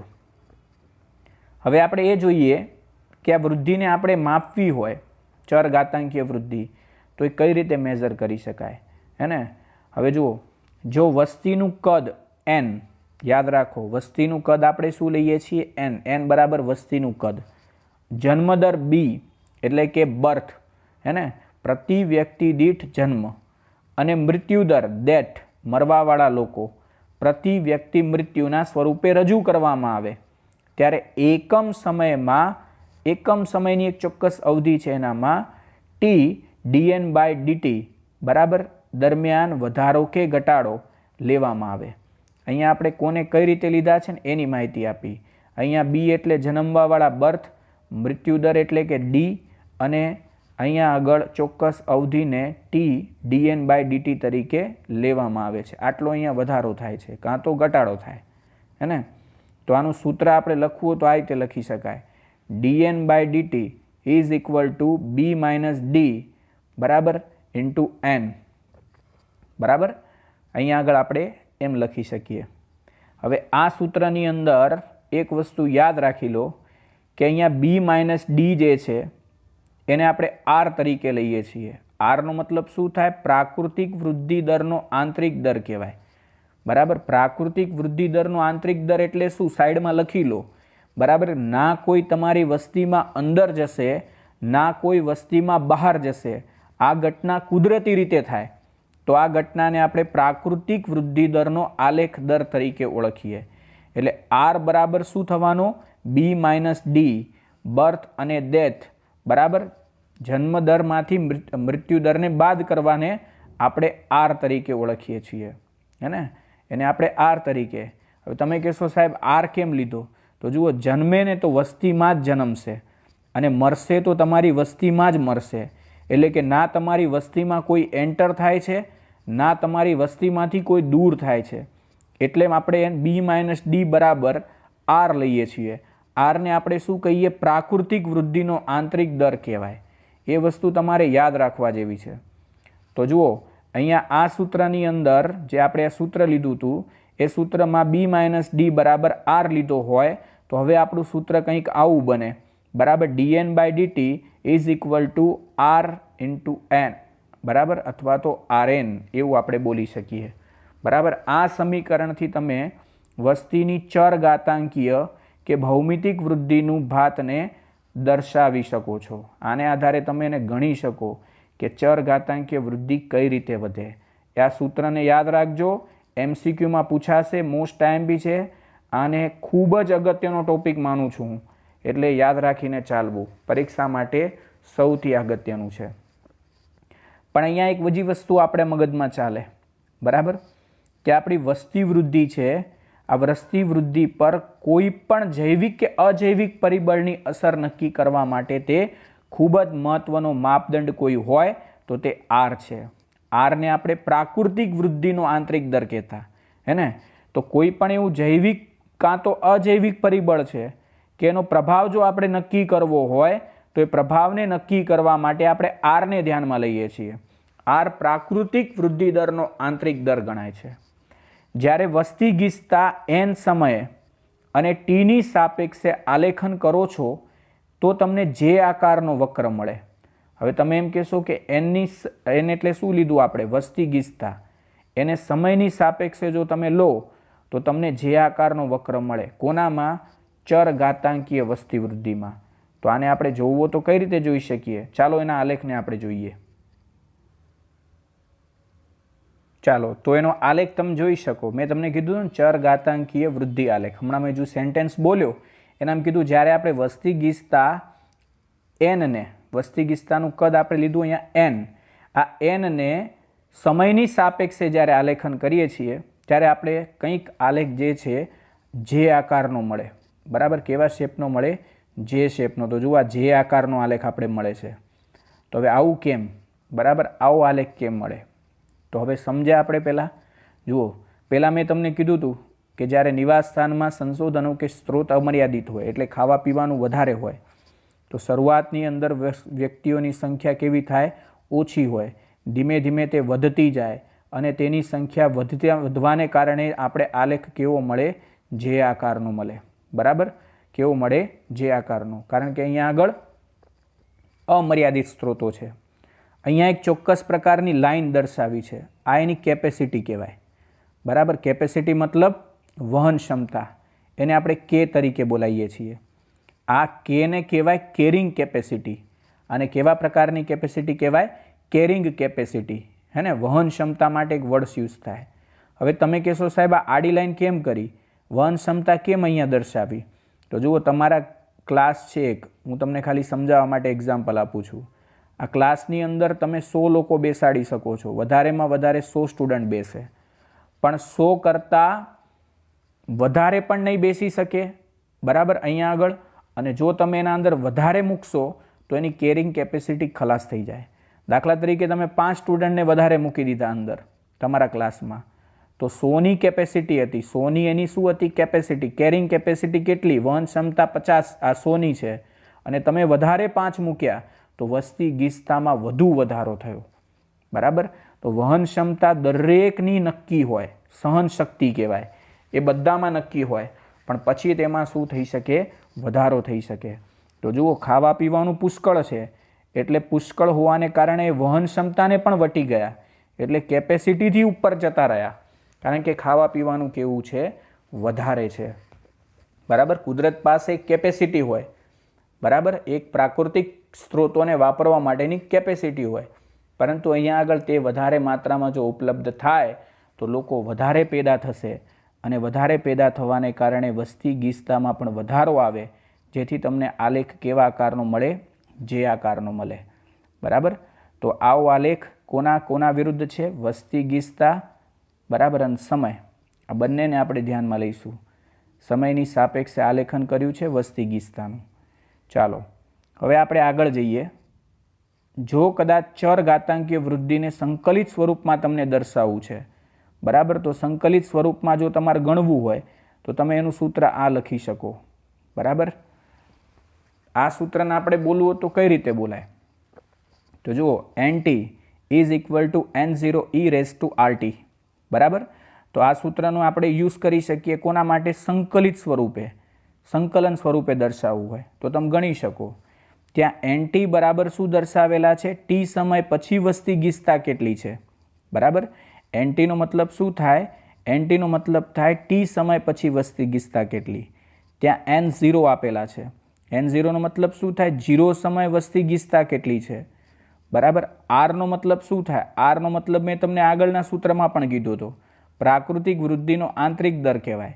અને અહીંયા Eનો મતલબ શું થાય? Eનો મતલબ થાય પ્રાકૃતિક લઘુગુણકનો આધાર, જે તમને આપી દીધો છે 2.71828. બરાબર, તો આપણે અહીંયા આગળ Eનો મતલબ પણ જોયા કે જે લઘુગુણક આધાર તરીકે ઓળખીએ છીએ. બરાબર, તો આ બીજું સૂત્ર છે. તમે સંકલન સ્વરૂપે જો ગણવા માંગતા હોય તો તમે એને ગણી શકો છો અને અહીંયા આગળ તમે એની માહિતી લખી પણ શકો છો. આ બંનેને યાદ રાખવું. હવે અહીંયા આપણે બીજું જોઈએ. આપણે અમર્યાદિત સ્ત્રોતોની પરિસ્થિતિમાં ચર ઘાતાંકીય રીતે વૃદ્ધિ પામતી કોઈ પણ જાતિ ઓછા સમયગાળામાં ખૂબ જ વિશાળ વસ્તી ગીચતા સુધી પહોંચી જાય. હે ને, આ સેન્ટેન્સ મેં તમને ઉપર શીખવાડ્યું કે જો સ્ત્રોતો અમર્યાદિત હોય એટલે ખાવા પીવાનું વધારે હોય તો વ્યક્તિઓ વધારે પ્રજનન કરશે. આવી પરિસ્થિતિઓમાં ચરઘાતાંકીય રીતે, બરાબર, એટલે કહેવાય ને ચક્રવૃદ્ધિ વ્યાજની રીતે અહીંયા સંખ્યા વધતી જાય, બરાબર. અને કોઈ પણ જાતિ ઓછા સમયમાં વધારે થઈ જશે ત્યાં આગળ, કારણ કે ખાવા પીવાનું વિશાળ છે, એટલે ત્યાં આગળ કોઈ પણ જાતિ થોડા સમયની અંદર શું થવાની, વસ્તીને વધારી લેશે. હે ને, આજે તમારે ત્યાં આગળ 100 વ્યક્તિઓ હોય અને સ્ત્રોતો અમર્યાદિત હોય, તો તમે થોડા સમય 2 વર્ષ પછી જશો તો ત્યાં આગળ વસ્તી 1000ની થઈ જશે અને વસ્તી વધતી જ રહેશે. શા માટે? ખાવા પીવાનું ત્યાં વધારે છે, યોગ્ય સ્ત્રોતો વધુ મળી રહ્યા છે. ડાર્વિને દર્શાવ્યું હતું કે હાથી જેવું ધીમે ધીમે વૃદ્ધિ પામતું જો પ્રાણી હોય, આ પ્રાણી પણ તેની વસ્તી ગીચતામાં અંકુશના અભાવમાં, એટલે એને જો અંકુશ ના રાખવામાં આવે, અંકુશના અભાવમાં વિશાળ સંખ્યા સુધી પહોંચી શકે છે. એક હાથી અને હાથણ આ વૃદ્ધિક્રમ અનુસાર 750 વર્ષમાં તેમની વસ્તી 190 લાખ સુધીની કરી શકે છે. જો હાથી અહીંયા આગળ પ્રજનન કરવાની, બરાબર, કેપેસિટીને ખોઈ દે, મતલબ તે અહીંયા આગળ પ્રજનન કરતા જ રહે, તો 750 વર્ષની અંદર એમની સંખ્યા 190 લાખ સુધીની થઈ શકે છે, બરાબર. તો આ પણ એક ચોક્કસ ચરઘાતાંકીય વૃદ્ધિ માટેનું સારું ઉદાહરણ છે. એટલે સ્ત્રોત અમર્યાદિત હોય ત્યારે આવું થાય.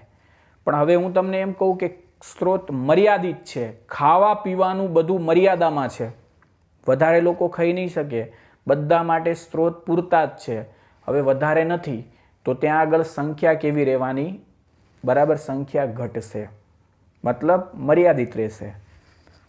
તો એનું સારું ઉદાહરણ એમ કોનામાં જોઈ શકીએ? સંભાવ્ય વૃદ્ધિ દરમાં. ચાલો હવે આપણે એના પર જઈએ કે જ્યારે સ્ત્રોત કેવા છે, મર્યાદામાં હોય, બરાબર. સ્ત્રોત મર્યાદામાં હોય તો આપણે અહીંયા સંભાવ્ય વૃદ્ધિ દર સમજવાનો છે. પ્રશ્ન તમને પરીક્ષામાં એવો પૂછાય, ઉચિત નામ નિર્દેશન આકૃતિની મદદથી સંભાવ્ય વૃદ્ધિ વક્રનું વર્ણન કરો. તો આપણે સંભાવ્ય વૃદ્ધિ વક્રને સમજી લઈએ. હવે અહીંયા એવું કીધું કે કુદરતમાં એટલા સ્ત્રોત, અમર્યાદિત સ્ત્રોતો હાજર નથી કે કોઈ પણ વસ્તીની ચરઘાતાંકીય વૃદ્ધિ ચાલુ રહી શકે. એમને આપણે એમ કીધું કે તમે જે આગળ હમણાં ભણીને આવ્યા કે અમર્યાદિત સ્ત્રોતો હોય, બરાબર, પરંતુ એવું પણ નથી કુદરતમાં કે આવા અમર્યાદિત સ્ત્રોતો જોવા મળે, બરાબર, કે જેને કારણે ચરઘાતાંકીય વૃદ્ધિ ચાલતી રહે, બરાબર. તો ચરઘાતાંકીય વૃદ્ધિ બધી જગ્યાએ પોસિબલ નથી. તો પછી શું? કુદરતમાં આપેલા નિવાસસ્થાનમાં, તમારી પાસે કોઈ નિવાસસ્થાન છે, એ નિવાસસ્થાન પાસે મહત્તમ સંભાવ્ય સંખ્યાના નિભાવ માટેના પૂરતા સ્ત્રોતો હોય છે, બરાબર. પોતાના વ્યક્તિઓને જો જીવન ગુજારવું હોય તો એના માટે પૂરતા સ્ત્રોતો જ હોય, વધારે સ્ત્રોતો ઉપલબ્ધ હોતા નથી. તેનાથી વધારે વૃદ્ધિ સંભવ નથી, બરાબર. ચોક્કસ મર્યાદામાં જ વૃદ્ધિ થવી જોઈએ, એનાથી વધુ તે નહીં થાય. નિવાસસ્થાનમાં તે જે જાતિ માટેની આ મર્યાદાને પ્રકૃતિ વહન ક્ષમતા કહેવામાં આવે છે, હે ને. હવે જુઓ, કુદરતે એક બોર્ડર લગાવી દીધી, મેં તમને ઉપર પણ વાત કરી હતી. કુદરતમાં આપેલા નિવાસસ્થાન પાસે મહત્તમ સંભાવ્ય સંખ્યાના નિભાવ માટે પૂરતા સ્ત્રોતો હોય, અને પૂરતા સ્ત્રોતો માટે કેપેસિટી હોય. આ કેપેસિટીને કેરિંગ કેપેસિટી કહેવાય, મેં તમને આગળ વાત કરી હતી આની, હે ને. તો વધારે, આનાથી વધારે વૃદ્ધિ સંભવ નથી. હવે આનાથી ઉપર કંઈ પણ નહીં જાય. જશે ક્યારે? કે જ્યારે સ્ત્રોતો કેવા હોય, અમર્યાદિત હોય, ખાવા પીવાનું વધારે હોય, પણ સ્ત્રોત મર્યાદામાં હોય તો એની કેપેસિટીથી ઉપર નહીં જાય, બરાબર. તો નિવાસસ્થાનમાં તે જે જાતિ માટેની મર્યાદાને આપણે વહન ક્ષમતા તરીકે ઓળખીએ છીએ. આ એની શું છે? કેરિંગ કેપેસિટી છે, વહન ક્ષમતા તરીકે આપણે એને લઈએ છીએ, બરાબર. ચાલો હવે ચાર્ટ સમજીએ. અહીંયા કોઈ પણ નિવાસસ્થાનમાં મર્યાદિત સ્ત્રોતો સાથેનો વૃદ્ધિ પામતી વસ્તી દર્શાવેલી છે. દાખલા તરીકે તમને હું એક સારું એક્ઝામ્પલ અહીંયા આપવા માગું છું, જેનાથી તમને અહીંયા આગળ ખ્યાલ આવે. હવે તમે એક પેટ્રી ડીશ લીધી છે અને પેટ્રી ડીશમાં પેરામિશિયમને મૂકી છે. તો તમે બહુ ધ્યાનથી જુઓ કે પેરામિશિયમની વસ્તી હોય એ શરૂઆતની અંદર કેવી હોય? ધીમી હોય, બરાબર, ધીમી. એટલે આ શરૂઆતમાં જ્યારે સ્ત્રોત મર્યાદિત હોય અને જ્યાં સુધી ખોરાક હોય પેટ્રી ડીશમાં ત્યાં સુધી પેરામિશિયમની વસ્તી ધીમી હોય. પછી વસ્તી વધતાની સાથે ખોરાકનો ઉપયોગ વધારે થાય, વધારે પેરામિશિયમ ભેગી થઈ, એટલે એના કારણે વધુ પ્રજનનને કારણે ઝડપી વૃદ્ધિ થવાની. પછી થોડી વૃદ્ધિ મંદ પડશે અને છેવટે એ લોકોની વૃદ્ધિ જ્યારે ખોરાક પૂરો થઈ જાય પેટેડિસમાં ત્યારે એ લોકોની વસ્તી હવે કેવી બની જાય? સ્થાયી બની જાય. એટલે અહીંયા જે આકાર મળ્યો આપણે એ એસ આકારનો મળ્યો. આને સિગ્મોઇડ આલેખ કહેવાય. અને કેવો આલેખ કહેવાય? સિગ્મોઇડ આલેખ. બરાબર. તો મને પરીક્ષામાં પ્રશ્ન પૂછાય કે વસ્તી ગીચતાને સમયની સાપેક્ષે જ્યારે લેવામાં આવે અને સ્ત્રોત કેવા હોય? મર્યાદિત હોય, ખાવા પીવાનું માપનું હોય, તો શરૂઆતમાં એમની વૃદ્ધિ ધીમી વૃદ્ધિ અવસ્થા હોય, પછી તે થોડી ઝડપી થાય અને પછી તે મંદ થાય અને છેલ્લે તે સ્થાયી થઈ જાય, કારણ કે હવે એની વહન ક્ષમતા આવી ગઈ, કેરિંગ કેપેસિટી આવી ગઈ. ધારો કે તમારા ક્લાસમાં બરાબર બેસવાવાળા વ્યક્તિઓની સંખ્યા 100 છે, તમારે 100 જ બેસાડવાના છે. શરૂઆતમાં 50 આવ્યા જે તમારા ક્લાસમાં બેઠા, પછી 20 આવ્યા, બરાબર. એટલે પહેલાં તમારી પાસે 50 હતા, બરાબર, પછી 20 થયા, પછી એનાથી ઉપર બીજા 10 ગોઠવાયા, બરાબર, એટલે 80 થયા ટોટલ, બરાબર. અને પછી પાછળથી માત્ર 20 જ બેઠા, બરાબર. એટલે હવે અહીંથી કેપેસિટી પૂરી, 100ની કેપેસિટી કેવી થઈ ગઈ? પૂરી થઈ. એટલે આની વહન ક્ષમતા આવી ગઈ. વહન ક્ષમતાથી ઉપર ના જઈ શકાય, બરાબર. એટલે અહીંયા વસ્તી કેવી રહેવાની? મર્યાદિત રહેશે, કારણ કે તમારામાં કેપેસિટી કેટલી છે? માત્ર 100ની જ છે. 100 જેટલા જ સ્ત્રોતો હાજર છે, એટલા માટે અહીંયા વસ્તી કેવી થવાની? મર્યાદિત રહેશે. આમ આપણે આને સારી રીતે સમજી શકીએ. કોઈ પણ નિવાસસ્થાનમાં મર્યાદિત સ્ત્રોતો હોય તો એની સાથે વૃદ્ધિ પામતી વસ્તી શરૂઆતમાં ધીમી હોય, બરાબર. અને આ ધીમી અવસ્થાને લેગ ફેઝ કહેવાય. આ અવસ્થાને આપણે કયો ફેઝ કહીએ? લેગ ફેઝ કહીએ. હવે બીજું એક સેન્ટેન્સ હું બોલું છું, એને અનુસરીને બીજી કઈ અવસ્થા આવશે? ઝડપી વૃદ્ધિ અવસ્થા આવે. એનસીઆરટીમાં લખેલું છે, ટીક કરતા રહેજો. તેને અનુસરીને ઝડપી વૃદ્ધિ અવસ્થા આવે, બરાબર. અને તેના પછી કેવી અવસ્થા આવશે? મંદ વૃદ્ધિ અવસ્થા આવશે. ત્યાં વસ્તી થોડીક મંદ થાય. અને છેવટે કેવી અવસ્થા આવે? સ્થાયી વૃદ્ધિ અવસ્થા આવે. તો ધીમી, ઝડપી, મંદ અને સ્થાયી, આવું આપણે સિગ્મોઇડ આલેખમાં જોવા મળે, બરાબર. તો વસ્તી ગીચતા જ્યારે ક્યાં સુધી પહોંચે? વહન ક્ષમતા સુધી પહોંચે, બરાબર. ત્યારે વસ્તી ગીચતા એનને આપણે કોની સાપેક્ષે લઈએ?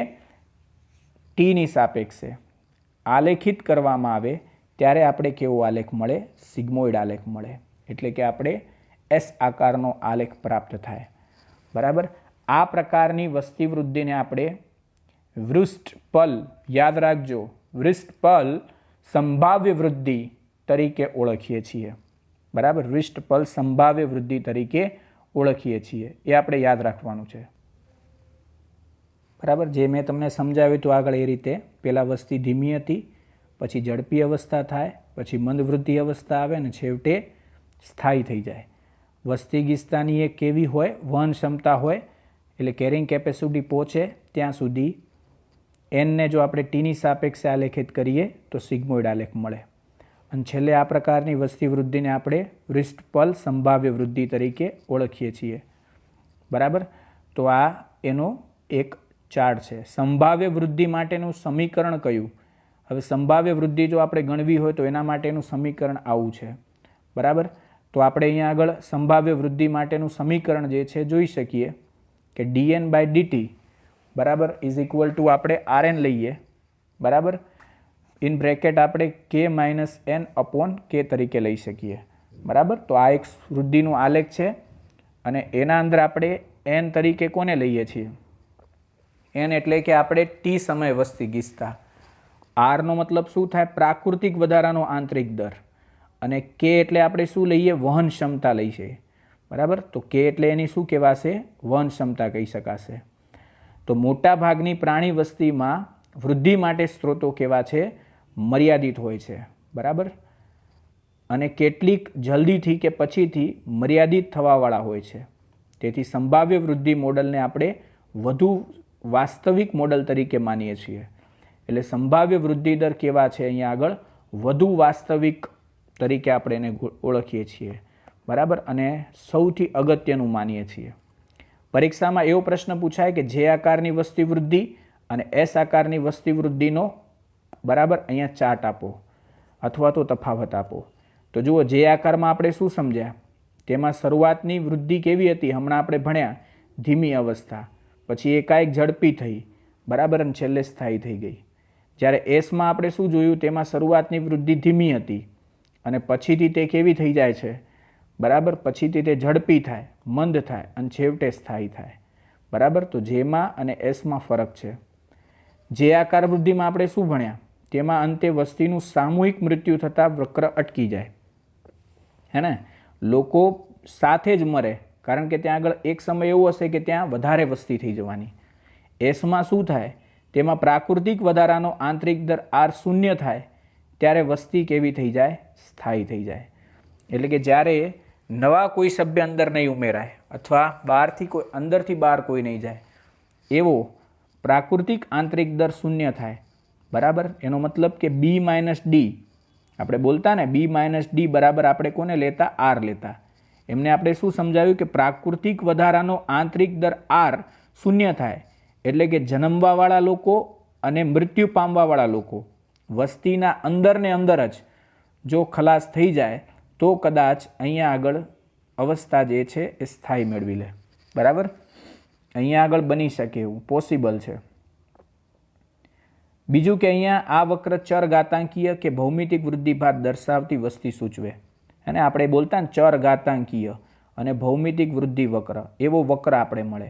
અહીંયા સંભાવ્ય વૃદ્ધિ વક્ર ભાત દર્શાવતી વસ્તી સૂચવે.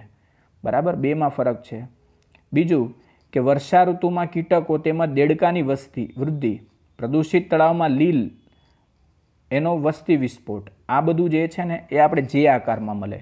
જ્યારે મનુષ્ય સહિત મોટા ભાગના પ્રાણીઓ જે છે ને એસ આકારમાં જીવે, મતલબ એમનામાં એસ આકારની વસ્તી વૃદ્ધિ વક્ર હોય.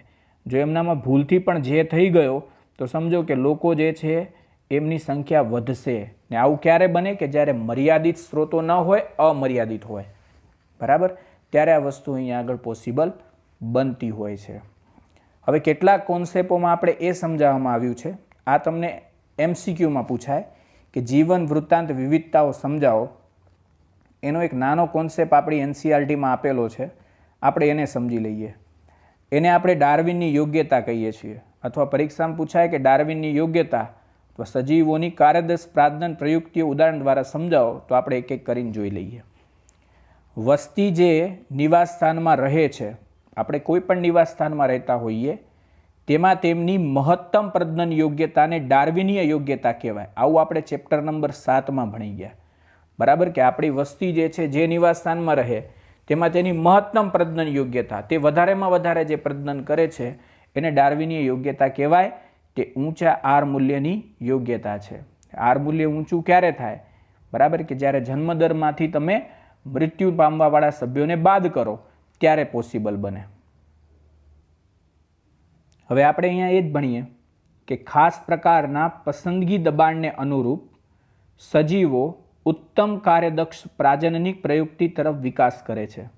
એનો મતલબ શું થયો, ખાસ પ્રકારના પસંદગીના દબાણને અનુરૂપ કોઈ એક એવી ખાસ પ્રકારનું પરિબળ છે કે એના અનુસાર સજીવો ઉત્તમ કાર્યદક્ષ પ્રાજનનિક પ્રયુક્તિ તરફ વિકાસ કરતા હોય, એમને વધારેમાં વધારે પ્રજનન કરવાની ક્ષમતા વિકસતી હોય, તે વધારે સંતતિ પેદા કરે.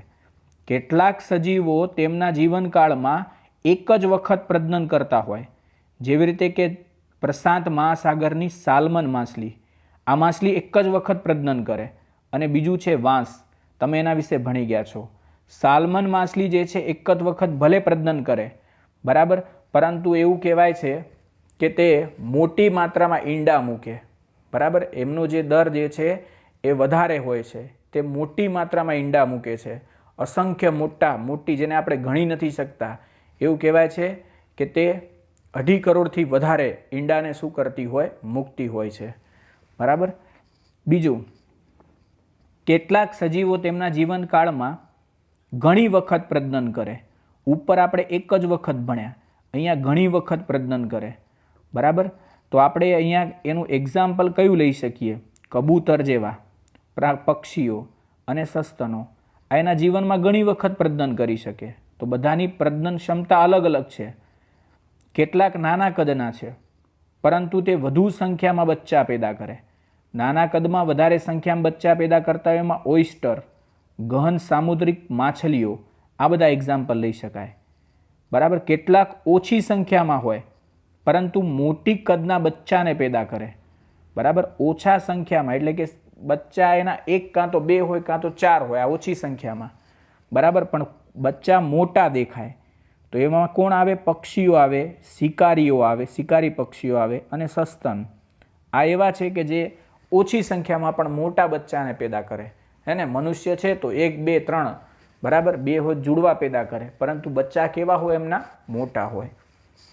તો પરિસ્થિતિ તજજ્ઞો આપણે એ સમજાવે છે કે સજીવો જે રહેઠાણમાં જીવતા હોય છે તે રહેઠાણની અજૈવિક કે જૈવિક અસર હેઠળ આ બાબતો હોય છે. એટલે કે સજીવો જે પર્યાવરણમાં જીવતા હોય એમાં જૈવિક પરિબળો અને અજૈવિક પરિબળો બંને એમને અસર કરે છે અને એના આધારે સજીવો જે છે એ શું કરવાના છે? પ્રજનન કરવાના છે. બરાબર. તો આ મોસ્ટ આઈએમપી ટોપિક છે. અહીંયા વસ્તીનો ટોટલ ટોપિક આખા પૂરા થયા. એમાં પેટા પ્રશ્નો મેં તમને અહીંયા દર્શાવ્યા છે જે તમારે લખી લેવાના છે, એક્ઝામ માટે મહત્ત્વના છે.